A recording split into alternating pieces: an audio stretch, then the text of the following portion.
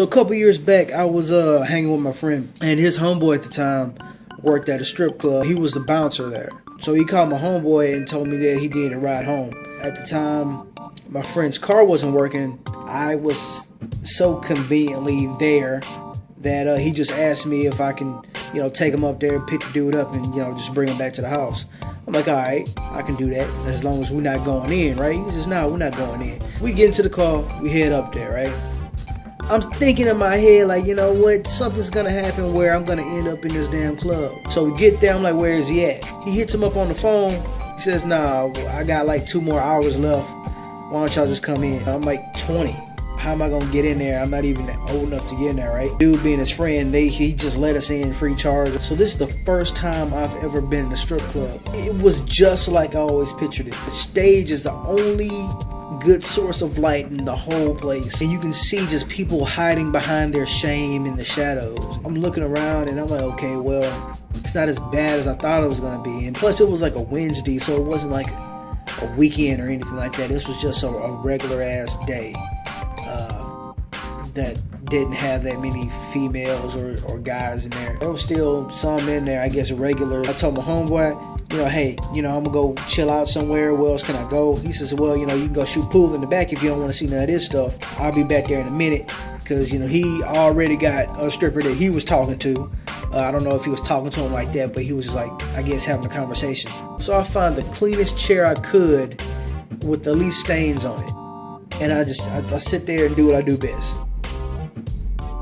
Chilling. I had just got the G1 at the time, so I'm just gonna go ahead and chill on my phone. I'm just looking at my phone. I will look up occasionally and see a girl up there dancing, and there will be one guy, the same guy, just throwing singles up, just one at a time. I'm like, man, look, I can understand that. You're making it rain responsibly. Because whatever land on the stage, that's it. You can't touch that. You ain't supposed to. You just threw your whole check up there. He was doing it one bill at a time. I'm like, you know what? That's how you do it, because you want to save more for the next chick that comes out. That makes a lot of sense. I'm playing on the phone or whatever, and I get this tap on my shoulder.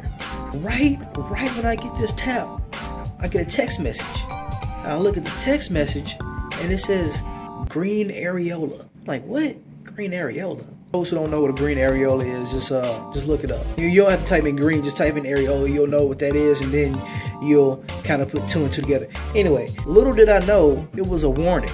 I look over, it was a stripper. She's asking me if I want to dance. I'm like, nah, I don't dance. She says, no, ha ha ha ha ha. I mean, do you want a lap dance? I'm like, nah, I'm good. I don't have any money anyway. And she's like, it's free. Free? Yeah, it's free. It's on the house. How do you expect to get any money by giving away lap dances? She's like, oh no, silly. Be paid for it.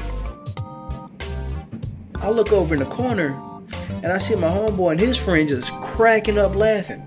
And at that very moment, I remembered what we was talking about while we was at the house. He was like, man, there was this chick there.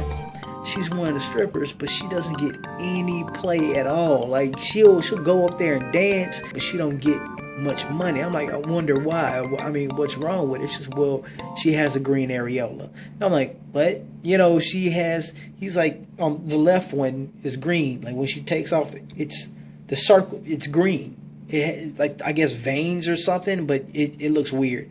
I'm like, huh. So coming out of the flashback, I'm looking like, oh,